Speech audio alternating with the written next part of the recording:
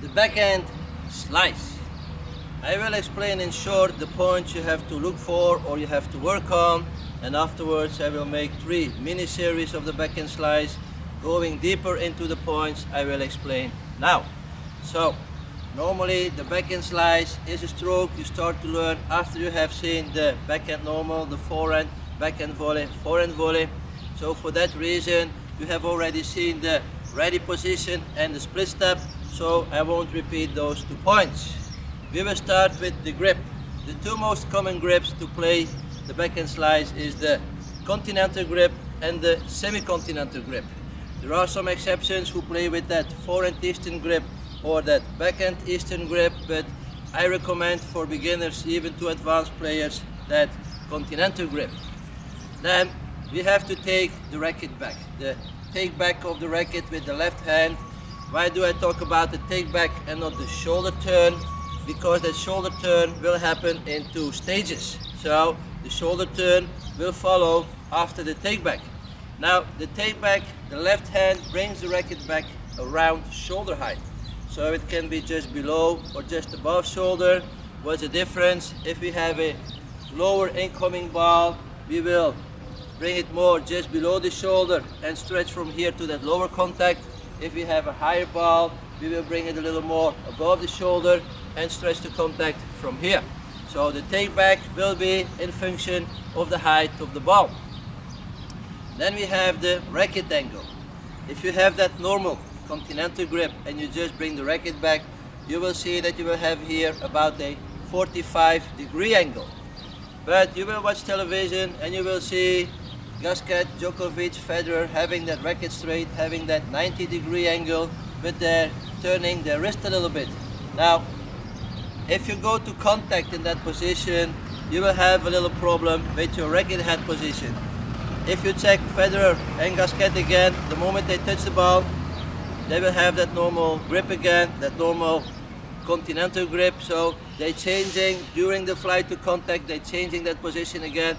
So for beginners, don't worry too much. If you have that 45-degree angle here, you have a perfect degree angle to go towards that contact. Now, once we have this, now we will do our shoulder turn. The shoulder turn, the really shoulder turn, will happen the moment you make your last step.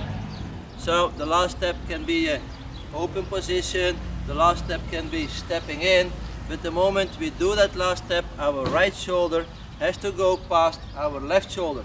So I have my preparation, I make that last step, so in this part I turn that right shoulder past that left shoulder, so I have more this line.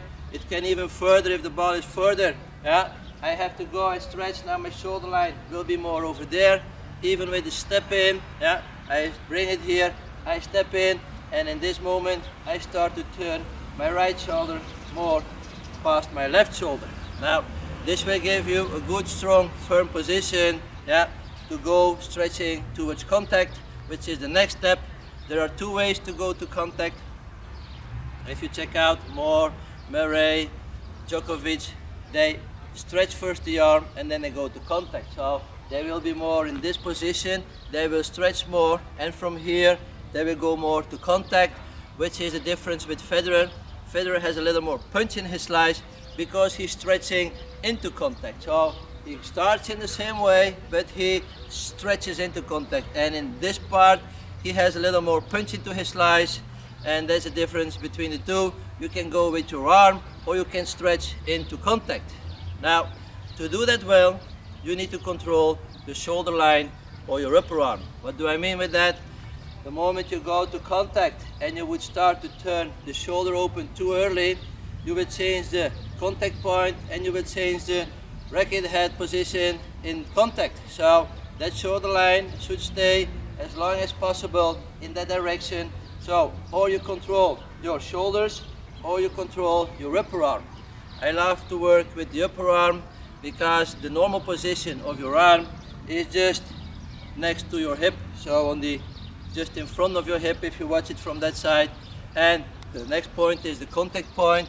You want that contact point just in front of your hip. So if I check my arm, this would be an ideal contact point. So if I bend my arm like this, I keep it parallel to the baseline or to the net, I stretch, that contact point will be ideal just in front of my hips, a little bit like the two-handed backhand, but now from that slice position. So even the high, the mid or the low contacts, yeah, you will play in that way. So you control that position of your arm, you stretch to that higher contact. As you can see, it will be just in front of my hip. The same with that mid contact, just in front, and even the lower contacts, yeah, if you control this, you can control your contact point. So the only difference will be the angle of your arm, yeah, a lower pointed, more over here, depending on the height of your arm will change, but try to keep it parallel to the baseline if you want that perfect contact point.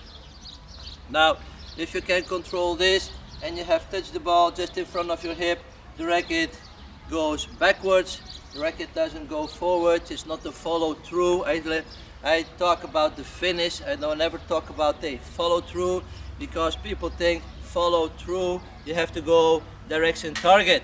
Now, you never go to direction target, your racket will never stay on your left side, your body will not follow, you will pull that racket. As you can see at the toppers, they go with both hands backwards, they don't go with both hands open. So the reason why is that the movement of the slice, like every movement, it's a circular movement. So the racket starts from the inside, it goes to the outside, and it goes back to the inside, because the circle movement will actually be like this. You start here, it goes there, and it should come back here. The same with your forehand, is not a straight line. You have a circular movement. You start from the inside, you go to the outside, and the racket goes. So if you would continue the line, you would have that circle movement, which you will also find in the two-handed backhand. Yeah. So every stroke we make, it's a circular movement. That's why also the rotation will help you a lot in the other strokes. But in the slice, we want to pull a little more. We want to help to keep the speed going in our stroke, and that's the reason why Federer has so much punch. He throws his racket literally into contact. So watch where his arm is going. If I have to go with that speed towards contact, it would be very difficult to control my body to doing that. So the natural way is from the outside to the inside, and if your racket goes that way, it's normal. So for the beginners, don't think too much in following. The moment you stretch to contact, let your arm go, yeah, and you will feel the natural way of your slice. You will also see they open at the end of the stroke.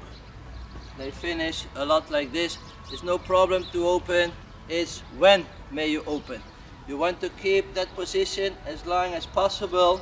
What is long? The moment your hand has passed your hips, you can start to open. Yeah? So from here on, up, you open. It can even help you to get faster to that repositioning to your position. If I go fast, up, I open, I'm ready. Even sometimes you see them pulling backwards to take that position. If I have to finish my stroke first, now first I have to bring my weight backwards, then I have to step, then I have to turn, so I lose more time. So opening at the end of your stroke can help you to be faster. So these are the points you can work on. Check out your grip, the take back of your racket, depending on the contact height. Don't worry too much about the angle, but try to be aware of it. That shoulder turn, past your left shoulder, on the last step you make. Yeah. Try to control that position the moment you stretch to contact, and in contact, let your racket go. Yeah, let the racket go backwards. These were the points I wanted to explain. So check out, if you want more details, the mini series of the Backhand Slice, and thank you for watching.